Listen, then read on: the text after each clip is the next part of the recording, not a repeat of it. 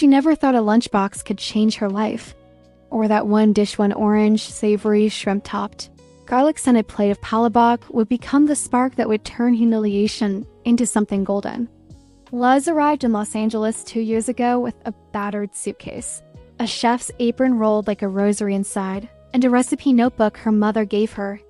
She worked in a casual fusion restaurant in Echo Park, nothing fancy, but enough to pay rent and send money home. In the kitchen, she was the quiet one, the one who never complained, the one who smiled through anything, and the one they didn't really take seriously, just the Filipino prep girl who chopped onions and mixed sauces in the back. Every day, she brought her own lunch. It wasn't because she was frugal, but because her mother taught her that food is memory. You carry home with you by taste. And on one Wednesday afternoon, she happened to bring Palabok. She cooked it the night before, exactly how her mother taught her. The noodles cooked soft, but bouncy, the shrimp sautéed in garlic butter, the bright orange sauce thick with shrimp broth and annatto, the toppings layered like art tinapa flakes, chicharron, hard-boiled egg, green onions, and calamansi squeezed on top.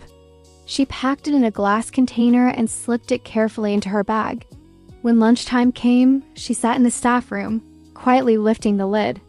The aroma filled the small space immediately. Shrimp, garlic, annatto, smoky, tinapa warm and rich, unmistakably Filipino. And that's when it began. One of the servers walked in, scrunched her face, and said, "Oh, what is that smell?" Another wrinkled his nose. "Is that fishy?" "Dude, that's strong." A third laughed. "Luz, you always bring the weirdest food. Why can't you just eat normal stuff? Like a sandwich?" Their voices bounced around the tiny room, and Luz felt heat crawl up her neck. She tried to smile, to brush it off, but her hands trembled around her fork. One of them even opened a window dramatically and said, "Please, I can't breathe. Can we set a rule about what people can bring for lunch?" She wanted to speak, to defend her dish, to say, "This is my comfort food," or "This is what my mother made me every time I got good grades," or even just, "It's rude to insult someone's food." But she stayed quiet. She packed her Palabok again, barely touched, and ate outside alone behind the kitchen door. Each bite tasted like shame mixed with garlic. She never told her family. They would only worry. She thought that was the end of it. But life, as it often does, had a strange way of turning things around. Later that week, the restaurant had a collaboration day where local food vloggers came to taste new menu items. Some were small creators, some had millions of followers. One of them was a young LA-based vlogger named Avery Quinn, known for trying underrated street food and exposing hidden gems. She filmed everything from taco trucks to homemade dumplings, from hole-in-the-wall ramen to backyard barbecue. The kitchen was chaos as the staff prepared dishes for her. Luz, as always, stayed at the back, chopping and watching. When Avery came in, she made her rounds, greeting cooks, joking with servers, filming short clips of the sizzling pans and decorations on the walls. When she reached the kitchen door, she suddenly stopped. "What is that smell?" she asked, not with disgust, but with interest. The staff froze. The same server from earlier laughed and said, "Oh, that's Luz's Filipino food. Super strong smell. Trust me, you don't want it." Avery turned toward Luz, eyebrows raised. "What is it?" Luz's heart thumped. She wanted to hide. But Avery's tone wasn't mocking, it was curious, warm. "It's Palabok," Luz said softly. "It's a Filipino noodle dish. Do you have some with you?" Avery asked. The entire staff exchanged looks, disbelief, amusement, even pity. One whispered, "She's gonna regret this." Luz hesitated, then nodded. She went to the back, opened her bag, and took out the same container she brought earlier that morning. She hadn't planned on eating it that day. After what happened earlier in the week, she felt embarrassed bringing it at all. But something inside her said, let her try. Let someone taste home. She placed the container on the counter. Avery leaned in, eyes sparkling. "This looks beautiful," she whispered, lifting her camera. "Can I film this?" Luz nodded.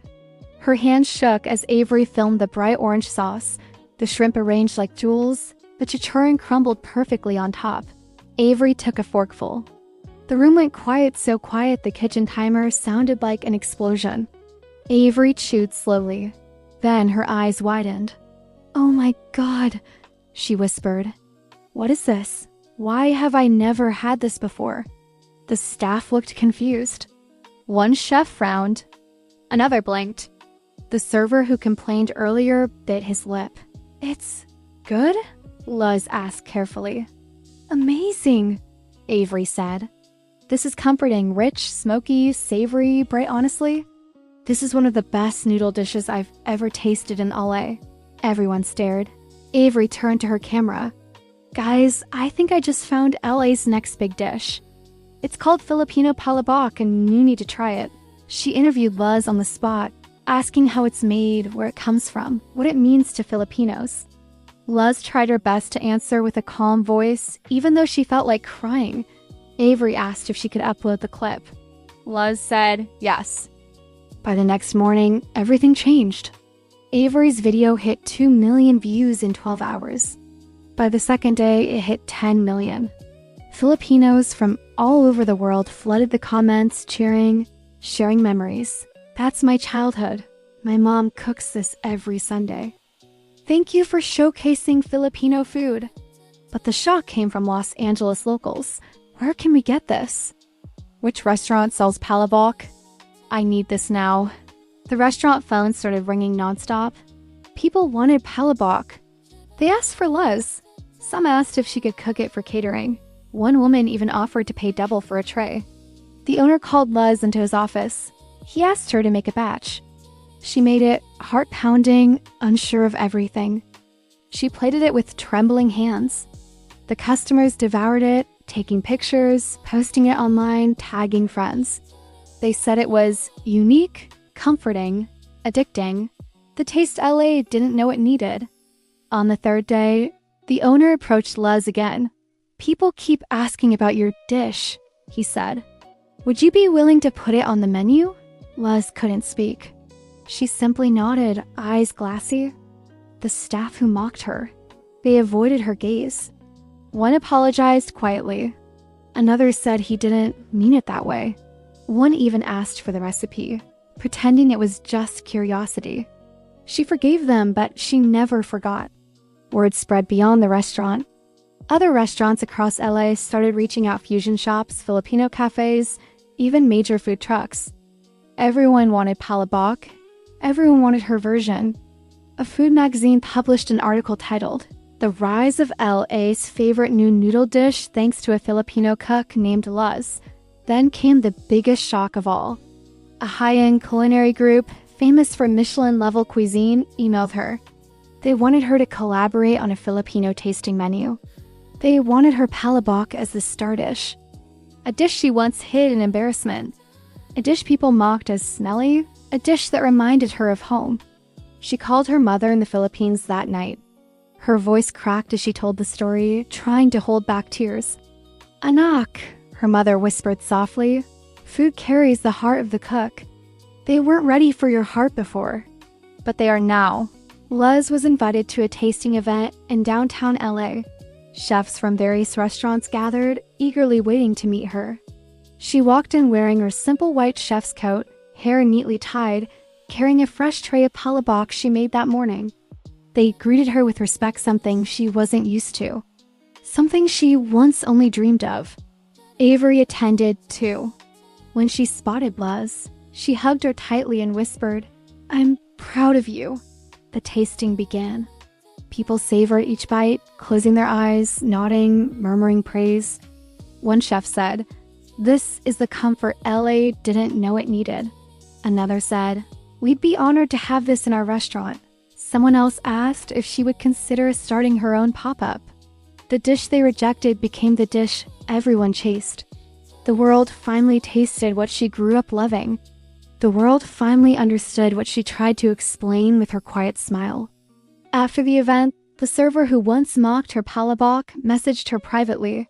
"I saw your feature," he wrote. "I'm sorry for how I treated you. I didn't know." She replied simply, "It's okay." "Now you do." In the weeks that followed, Luz became a minor celebrity in the LA food scene. Small Filipino stores started selling Palabok kits featuring her recipe, approved by her. Filipino families visited the restaurant just to meet her. Kids asked for selfies. Food journalists interviewed her. And every time someone asked where the dish came from, she said the same thing. "It's from my mother's kitchen in the Philippines." Her success wasn't loud or arrogant. It was gentle, like the simmering of shrimp broth on a quiet night, like the warmth of garlic butter melting on noodles, like the tender pride of carrying your culture in a lunchbox, even when people laugh. Months later, she opened her own small pop-up Luz's home kitchen, specializing in Filipino comfort food. And of course, the star dish was her palabok. The line stretched around the block on opening day. People from every culture, Mexican, Korean, American, Thai, Filipino, waited patiently. Some held phones showing Avery's original video. Some held pictures of her dish. Some came just to say, "Thank you for sharing your food with LA." Luz stood behind the counter, serving plates with a shy smile. She saw people squeeze calamansi over the noodles, just like at home. Some said it was their first time. Others said it tasted like memories they didn't know they had. Her mother's recipe, or culture, her lunchbox, became the flavor of Los Angeles. And every night when she locked up, she whispered to herself, "They called it Smelly." But it became gold, because food carries more than taste. It carries dignity, identity, love, home, and no amount of mockery could ever erase that.